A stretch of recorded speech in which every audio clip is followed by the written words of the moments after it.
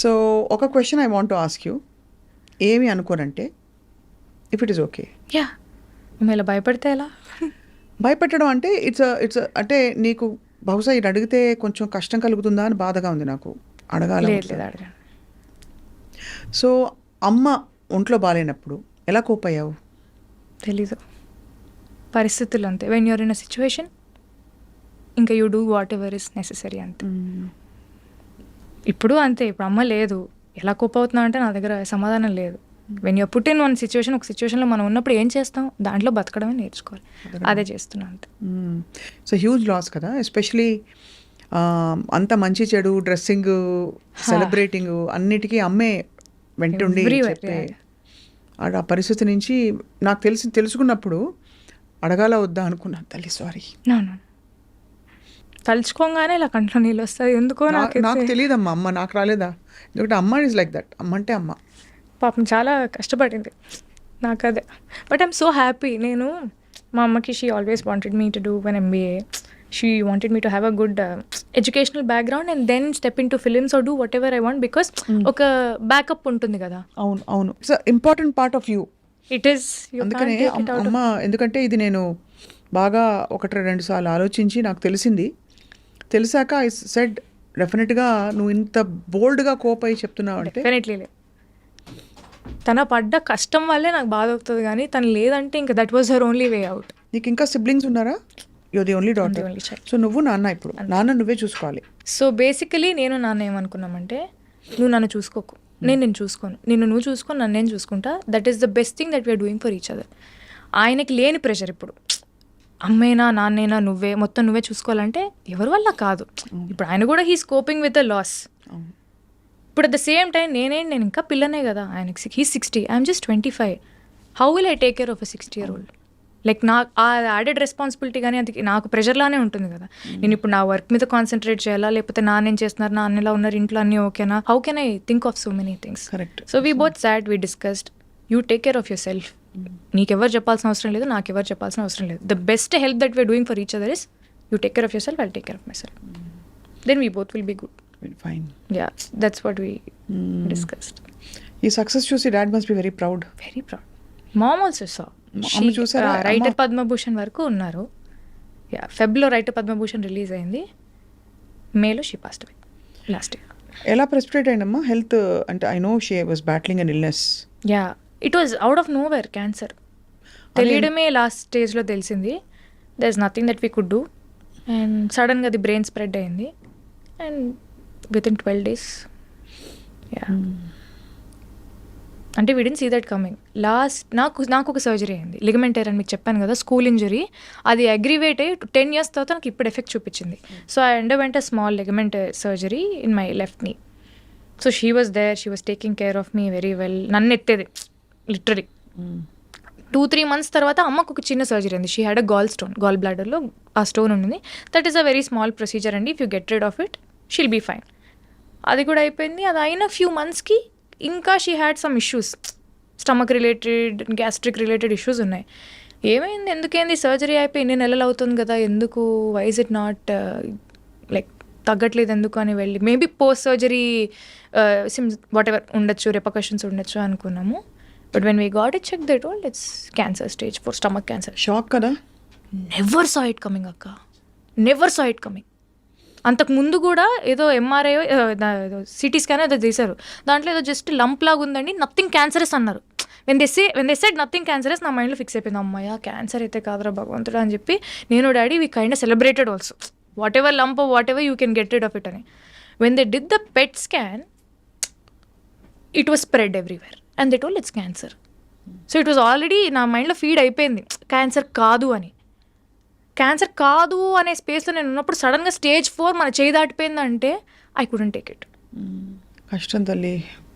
But ఎంత బోల్డ్గా నువ్వు కోపపోయి దీన్ని ఎంబ్రేస్ చేసి తెలీదు మరి తన బ్లెస్సింగ్స్ ఇవన్నీ. మీతో కూర్చొని మాట్లాడడం కానీ, నేను చేసిన సినిమాలు కానీ, వాట్ ఎవర్ స్టార్టెడ్ హ్యాపెనింగ్ నాకు లాస్ట్ ఇయర్లోనే అయింది. అమ్మది May 14 అయింది. జూన్లో ఐ సైన్ మ్యాడ్, జూన్లో ఐ సైన్ లవర్, జూలై నుంచి ఐ వాజ్ షూటింగ్. నాకు అర్థం కాలేదు, ఆపర్చునిటీస్ గౌరీ ఒకటేసారి వస్తాయి.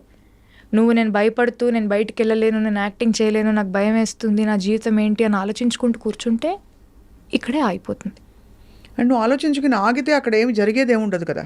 ఏం లేదు, పోనీ ఒక వ్యక్తి అంటే మనిషికి భయం వేసేది అక్క, బయటికి అడుగేసే ధైర్యం లేదు నాకు. చాలా వీక్ అయిపోయాను mentally, physically. I lost weight. నాకు ఫిజికలీ కూడా ఎఫెక్ట్ అయింది అది. మోడర్న్ లవ్లో మీరు అలా లడ్డులాగా ఉన్నాం కదా, I became like half my weight పని చేస్తూ ఆర్ వాట్ ఎవర్. అది మెంటలీ ఫిజికలీ ఆ ఎఫెక్ట్ ఉండడం వల్ల చాలా వెయిట్ తగ్గిపోయాను నేను. ఇలా కాదు, ఆపర్చునిటీస్ వచ్చాయి, just go and do it అని చెప్పి. మ్యాడ్ ఏమో it's such a fun film. Lover is సచ్చువలీ it's very emotional and it's very intense film. నాకు మైండ్లో ఒక ట్రామా నడుస్తుంది. నాకు ఆ మూడు ఎలా అలైన్ చేసుకున్నానో ఏం చేశాను నాకైతే తెలియదు. It's all Vasundhara. నా చేతిలో ఏం లేదంటే. ఎవరు నీకు ఇష్టదైవం ఎవరైనా ఉన్నారా? చాలామంది ఉన్నారు నాకు. నేనైతే నమ్ముతాను, బట్ మా ఇంటి దేవుడు వెంకటేశ్వర స్వామి. సో వెంకటేశ్వర స్వామి, సాయిబాబా నేను నమ్ముతాను.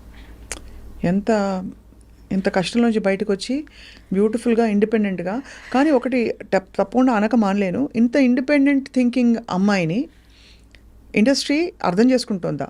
అంటే because you have your own thoughts, you speak so well, ఇంత కాన్ఫిడెంట్గా ఉన్నావు. బహుశా ఐ డోంట్ నో నువ్వు ఎంత ఇంటర్ఫియర్ అవుతావు. ఇది ఎందుకు సార్ ఇలాగా, ఎందుకు సార్ అలా అడుగుతుంటావాలా? సినిమాలో అంటున్నారా?